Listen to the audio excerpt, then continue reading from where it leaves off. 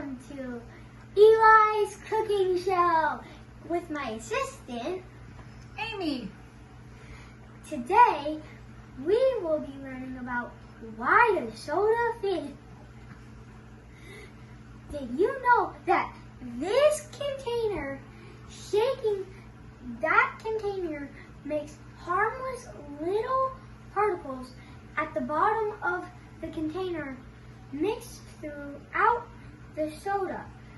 Edges and rough spots on those little bits are places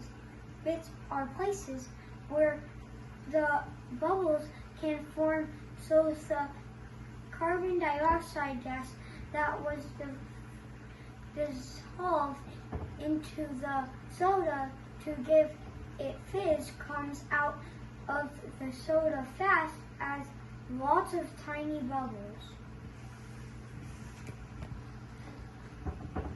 Now, for an example, I will shake this up so light. And now put it down, and my assistant will open it.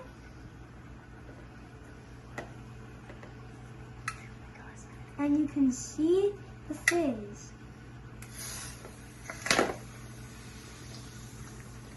Look at all that fizzy water!